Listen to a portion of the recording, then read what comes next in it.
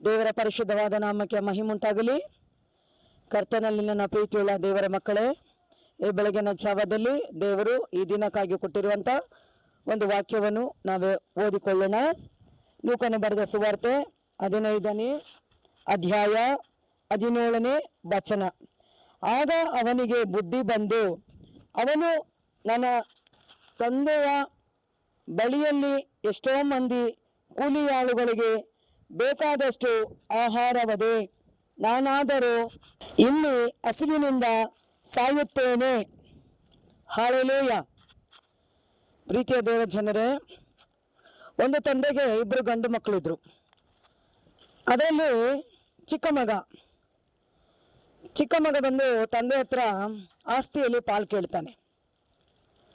ತಂದೆ ಬುದ್ಧಿ ಹೇಳ್ತಾನೆ, ಬೇಡ ಮಗನೇ, ಇಷ್ಟು ಬೇಗನೆ ಆಸ್ತಿ ಪಾಲು ಮಾಡಿ ನೀನು ಇದನ್ನು ಕಳ್ಕೊಳ್ಳೋದು ಬೇಡ. ಹಾಲೆಲೂಯ.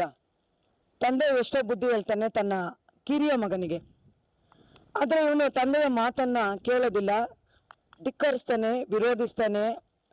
ಮತ್ತು ತಂದೆಗೆ ಅವನೇನು ಮಾಡ್ತಾನೆ, ವಿರುದ್ಧವಾಗಿ ಮಾತಾಡ್ತಾನೆ. ಹಾಲೆಲೂಯ. ಅವನು ಈ ರೀತಿಯಾಗಿ ಪ್ರತಿದಿನ ತಂದೆನ ನನಗೆ ಬರಬೇಕಾಗಿರೋಂಥ ಪಾಲನ್ನು ನನಗೆ ಕೊಟ್ಟು ಬಿಡು ಎಂದು ತಂದೆಯನ್ನು ಪ್ರತಿದಿನ ಪೀಡಿಸುವಾಗ ತಂದೆ ಎಷ್ಟೋ ಸಾರಿ ಬುದ್ಧಿ ಹೇಳಿದ್ರು ಕೇಳಲಿಲ್ಲ ಮಗ. ತಂದೆ ಏನು ಮಾಡ್ದ, ಸರಿ ಆಯಿತು, ಆಸ್ತಿಯಲ್ಲಿ ಪಾಲು ನಾನು ಕೊಟ್ಟು ಬಿಡ್ತೀನಿ ಅಂದ್ಬಿಟ್ಟು ಈ ಕಿರಿಯ ಮಗನಿಗೆ ಬರಬೇಕಾಗಿರುವಂಥ ಪಾಲನ್ನು ತಂದೆ ಅವನ 1 ವರ್ಷಕ್ಕೆ ಕೊಟ್ಟು ಬಿಟ್ಟ. ಈಗ ಈ ಪಾಲನ್ನು ತೆಗೆದುಕೊಂಡಂಥ ಈ ಕಿರಿಯ ಮಗ ಏನು ಮಾಡ್ದ, ದೂರ ದೇಶಕ್ಕೆ ಹೋಗಿ ಅಲ್ಲಿ ಮೋಜು ಮಸ್ತಿಗಳು ಏನು ಮಾಡಬೇಕು ಅದನ್ನು ಹಣನ ಅದನ್ನೆಲ್ಲ ಮಾಡ್ದ. ಕುಡಿಯೋದು, ತಿನ್ನೋದು, ಎಲ್ಲ ಕಡೆಗಳಲ್ಲಿ ಹೋಗಿ ದುಂದೌತನಗಳನ್ನು ಮಾಡಿ ಹಣವನ್ನು ಖರ್ಚು ಮಾಡಿ ಅವನೇನು ಮಾಡ್ದ, ಎಲ್ಲವನ್ನು ಕಳ್ಕೊಂಡ. ಹಾಲೆಲೂಯ. ಕಳ್ಕೊಂಡು ಒಂದು ದಿನ ಅವನೇನು ಮಾಡ್ದ, ಹೊಟ್ಟೆ ಹಸಿವಿನಿಂದ ಬಾಧೆ ಪಡುವಾಗ ಅಲ್ಲಿ ಒಂದು ಸ್ಥಳಕ್ಕೆ ಬರ್ತಾನೆ. ಆ ಸ್ಥಳದಲ್ಲಿ ಹಂದಿಗಳನ್ನು ಮೇಯಿಸ್ತಾ ಇರ್ತಾರೆ. ಈಗ ಈ ಹುಡುಗ ಏನು ಮಾಡ್ತಾನೆ, ಈ ಚಿಕ್ಕ ಮಗ ಅಲ್ಲಿ ಬಂದು ಕೆಲಸ ಕೇಳ್ತಾನೆ. ಅವ್ರೇನು ಮಾಡ್ತಾರೆ, ಹಂದಿಗಳನ್ನು ಮೇಯಿಸೋದಕ್ಕೆ ಬಿಡ್ತಾರೆ.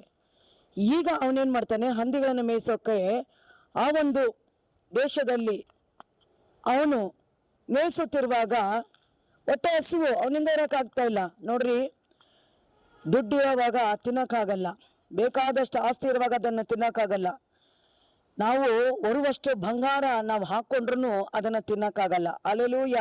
ಎಷ್ಟೇ ಹಣ, ಎಷ್ಟೇ ಆಸ್ತಿ, ಎಷ್ಟೇ ಬಂಗಾರ ಇವತ್ತು ಮನುಷ್ಯನ ಅಲ್ಲಿ ಇದ್ರೂ ಸಹ ಹೊಟ್ಟೆ ಹಸಿವಿಗಾಗಿ ಊಟ ಮಾಡಬೇಕೇ ಹೊರತು ಬಂಗಾರ ಆಗಲಿ, ಒಡವೆ ಆಗಲಿ, ದುಡ್ಡಾಗಲಿ ಅದು ಹೊಟ್ಟೆ ಹಸಿವನ್ನು ನೀಗಿಸೋಕ್ಕೆ ಸಾಧ್ಯನಿಲ್ಲ. ಪ್ರೀತಿಯ ದೇವರ ಮಕ್ಕಳೇ, ಈ ಹುಡುಗ ಏನು ಮಾಡ್ದ, ಆ ಹಂದಿಗಳು ತಿನ್ನುತ್ತಿರುವಂಥ ಕಾಯಿಗಳನ್ನಾದರೂ ತಿಂದು ನನ್ನ ಹೊಟ್ಟೆ ಹಸಿವನ್ನು ನೀಗಿಸಿಕೊಳ್ಳಬೇಕೆಂದು ಆ ಸ್ಥಳದಲ್ಲಿ ಏನು ಮಾಡ್ದ, ಅದನ್ನು ತಿಂತಾ ಇದ್ದಾನೆ. ತನ್ನ ತಂದೆ ಮನೆಯಲ್ಲಿರುವಾಗ ಸುಖ ಸಂತೋಷದಿಂದ, ಸಂಭ್ರಮದಿಂದ, ಆಡಂಬರದಿಂದ, ವೈಭವದಿಂದ ಇದ್ದಂಥ ಈ ಕಿರಿಯ ಮಗ ತಂದೆಯ ಬಳಿಯಲ್ಲಿ ಪಾಲನ್ನು ತೆಗೆದುಕೊಂಡು ದೂರ ದೇಶಕ್ಕೆ ಹೋಗಿ ಎಲ್ಲವನ್ನು ಕಳೆದುಕೊಂಡು ಕೊನೆಗೆ ಹಂದಿ ತಿನ್ನುವಂಥ ಆಹಾರವನ್ನು ತಿಂದಾದರೂ ನನ್ನ ಹೊಟ್ಟೆ ಹಸಿವನ್ನು ನೀಗಿಸಿಕೊಳ್ಳಬೇಕೆಂದು ಆ ಸ್ಥಳದಲ್ಲಿ ಏನು ಮಾಡ್ತಾ ಇದ್ದಾನೆ, ಅವನು ತನ್ನ ತಂದೆಯ ಮನೆಯನ್ನು ನೆನಪಿಸ್ಕೊಳ್ತಾ ಇದ್ದಾನೆ. ನೆನಪಿಸಿಕೊಂಡು ಅವನು ಹೇಳ್ತಾನೆ, ನನ್ನ ತಂದೆಯ ಮನೇಲಿ ಎಷ್ಟೋ ಕೂಲಿ ಆಳುಗಳಿದ್ದಾರೆ, ನನ್ನ ತಂದೆ ಮನೇಲಿ ಎಷ್ಟೋ ಆಹಾರ ಇದೆ, ನಾನು ಯಾಕೆ ಈ ಸ್ಥಳದಲ್ಲಿ ಈ ರೀತಿಯಾಗಿ ಅನಾಥನಾಗಿ, ಭಿಕ್ಷುಕನಾಗಿ, ಏನಿಲ್ಲದವನಾಗಿ ನಾನು ಯಾಕೆ ಇಲ್ಲಿ ಇರಬೇಕನ್ಬಿಟ್ಟು ಆಗ ಅವನಿಗೇನಾಯ್ತಂತೆ, ಬುದ್ಧಿ ಬಂತಂತೆ. ಆಮೇಲೆ ಹಲ್ಲೆಲೂಯ. ಇವತ್ತು ಎಲ್ಲ ಇರುವಾಗ ಮನುಷ್ಯನಿಗೆ ಬುದ್ಧಿ ಇರೋದಿಲ್ಲ, ಬುದ್ಧಿ ಬರೋದು ಇಲ್ಲ. ಎಲ್ಲವನ್ನು ಕಳೆದುಕೊಂಡ ಮೇಲೇ ಮನುಷ್ಯನಿಗೆ ಬುದ್ಧಿ ಬರೋದು. ಹಲ್ಲೆಲೂಯ. ದೇವರು ಇವತ್ತು ಕೊಟ್ಟಿದ್ದಾನೆ, ಒಬ್ಬ ಮನುಷ್ಯನಿಗೆ ಏನು ಬೇಕೋ ಅದೆಲ್ಲ ದೇವರು ಇವತ್ತು ಕೊಟ್ಟಿದ್ದಾನೆ. ಅದನ್ನು ನಾವೇನು ಮಾಡಬೇಕು, ಸಹನೆಯಿಂದ, ಸಂಯಮದಿಂದ, ತಾಳ್ಮೆಯಿಂದ, ಸಮಾಧಾನದಿಂದ ಅನುಭವಿಸಬೇಕೇ ಹೊರತು ಗರ್ವ, ಅಹಂಕಾರ, ಜಂಬ, ಹೆಮ್ಮೆ ಇದರಲ್ಲಿ ನಾವು ಈ ಆಸ್ತಿ ಪಾಸ್ತಿಗಳನ್ನು ಅನುಭವಿಸುವುದೇ ಆದರೆ ಕೊಟ್ಟಿರುವ ದೇವರು ಏನು ಮಾಡ್ತಾನೆ, ಅದನ್ನು ತೆಗೆದು ಬಿಡ್ತಾನೆ. ಹಲ್ಲೆಲೂಯ. ಇವತ್ತು ಎಷ್ಟೋ ಜನ ನಾವು ಈ ಲೋಕದಲ್ಲಿ ನೋಡಬಹುದು, ಇದ್ದವ್ರು ಏನು ಮಾಡಿದ್ರು, ಇವತ್ತು ಇಲ್ಲದವರಾಗಿದ್ದಾರೆ. ಇಲ್ಲದವರು ಇರುವ ಹಾಗೆ ದೇವರು ಮಾಡಿದ್ದಾನೆ. ಹಲ್ಲೆಲೂಯ. ನೋಡ್ರಿ, ಕಿರಿಮಗ ತಂದೆ ಬುದ್ಧಿ ಮಾತನ್ನ ಕೇಳದೆ ಅವನೇನು ಮಾಡ್ದ, ಎಲ್ಲವನ್ನು ಕಳೆದುಕೊಂಡು ಮತ್ತೆ ತಂದೆ ಮನೆ ಹತ್ರಕ್ಕೆ ಬರ್ತಾ ಇದ್ದಾನೆ. ಆಗ ಅವನಿಗೆ ಬುದ್ಧಿ ಬಂದಂತೆ. ತಂದೆ ಬುದ್ಧಿ ಹೇಳುವಾಗ ಅವನಿಗೆ ಬುದ್ಧಿ ಬಂದಿಲ್ಲ. ಬೇರೆ ದೇಶಕ್ಕೆ ಹೋಗಿ ಅವನ ಆಡಂಬರವಾಗಿ ಹಣವನ್ನು ಖರ್ಚು ಮಾಡುವಾಗ ಅವನಿಗೆ ಬುದ್ಧಿ ಬಂದಿಲ್ಲ. ಎಲ್ಲ ಕಳ್ಕೊಂಡ ನೋಡ್ರಿ.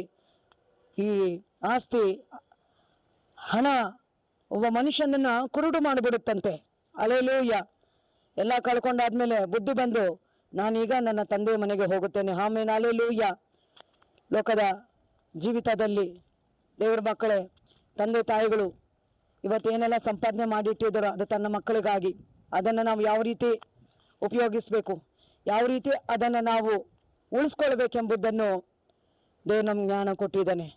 ಈ ಕಿರಿ ಮಗ ಯಾವ ರೀತಿ ಕಳ್ಕೊಂಡು ದೂರ ದೇಶದಲ್ಲಿ ಹೋಗಿ ಏನಿಲ್ಲದವನಾಗಿ ಬಂದನೋ ಆ ರೀತಿಯಲ್ಲಿ ನಾವು ಯಾರು ಹೋಗದ ಹಾಗೆ. ದೇವರ ಮಕ್ಕಳೇ, ಇರೋದನ್ನು ಉಳಿಸ್ಕೊಳ್ರಿ, ಇರೋದನ್ನು ಕಾಪಾಡ್ಕೊಳ್ರಿ. ದೇವರು ನಿಮ್ಮನ್ನು ಆಶೀರ್ವಾದ ಮಾಡಲಿ. ಈ ವಾಕ್ಯವನ್ನು ಕೇಳಿದಂಥ ನಿಮ್ಮೆಲ್ಲರನ್ನು ದೇವರು ಆಶೀರ್ವದಿಸುವಾಗೆ ಪ್ರಾರ್ಥನೆ ಮಾಡೋಣ. ಹಾಲೆಲೂಯಾ. ಸ್ತೋತ್ರ ಸ್ವಾಮಿ. ಅಪ್ಪ, ಇದ್ದವರು ಇಲ್ಲದವರು ಕರ್ತನೆ ಸಯ್ಯ, ಈ ಲೋಕದಲ್ಲಿ ಸ್ವಾಮಿ ಕರ್ತನೆ ಕೋಟ್ಯಾನುಕೋಟಿ ಜನಗಳಿದ್ದಾರಪ್ಪ. ಆದರೆ ಇರುವಾಗ ಸ್ವಾಮಿ ಅದನ್ನು ಹೆಮ್ಮೆ ಪಟ್ಟುಕೊಂಡು ಕರ್ತನೆ ಅಪ್ಪ, ಅಹಂಕಾರದಿಂದ ಅದನ್ನು ಅನುಭವಿಸದ ಹಾಗೆ, ಅದನ್ನು ಕಳ್ಕೊಳ್ಳದ ಹಾಗೆ ಸ್ವಾಮಿ ಪ್ರೀತಿ, ಸಂಯಮ, ಸಹನೆಯಿಂದ ಕರ್ತನೆ ಸಯ್ಯ ಕೊಟ್ಟಿರುವಂಥ ದೇವರಿಗೆ ಸ್ತೋತ್ರ ಮಾಡಿ ಅದನ್ನು ಕರ್ತನೆ ಜ್ಞಾನದಿಂದ ಕರ್ತನೆ ಉಪಯೋಗಿಸುವ ಹಾಗೆ ಪ್ರತಿಯೊಬ್ಬೊಬ್ಬರಿಗೂ ಕರ್ತನೆ ಸಪ್ಪ ನಿನ್ನ ಜ್ಞಾನ, ವಿವೇಕ, ಬುದ್ಧಿಯನ್ನು ಅನುಗ್ರಹಿಸಿ ಆಶೀರ್ವದಿಸಿ ಎಂದು ನಿನ್ನ ಮುದಾದ ಕರದಲ್ಲಿ ಒಪ್ಪಿಸ್ಕೊಡ್ತಾ ಇದ್ದೀನಿ. ಪ್ರಾರ್ಥನೆ ಕೇಳಿ ಹಾಗೆ ಮಾಡಿದ ದೇವರಿಗೆ ಸ್ತೋತ್ರ, ಯೇಸು ಕ್ರಿಸ್ತನ ನಾಮದಲ್ಲಿ ತಂದೆಯೇ, ಆಮೇನ್. ದೇವರು ನಿಮ್ಮನ್ನು ಆಶೀರ್ವದಿಸಲಿ. ಈ ವಾಕ್ಯ ನಿಮಗೆ ಇಷ್ಟವಾಗಿದ್ದರೆ ಲೈಕ್ ಮಾಡಿರಿ, ಶೇರ್ ಮಾಡಿರಿ ಮತ್ತು ಸಬ್ಸ್ಕ್ರೈಬ್ ಮಾಡಿರಿ. ಆಮೇನ್.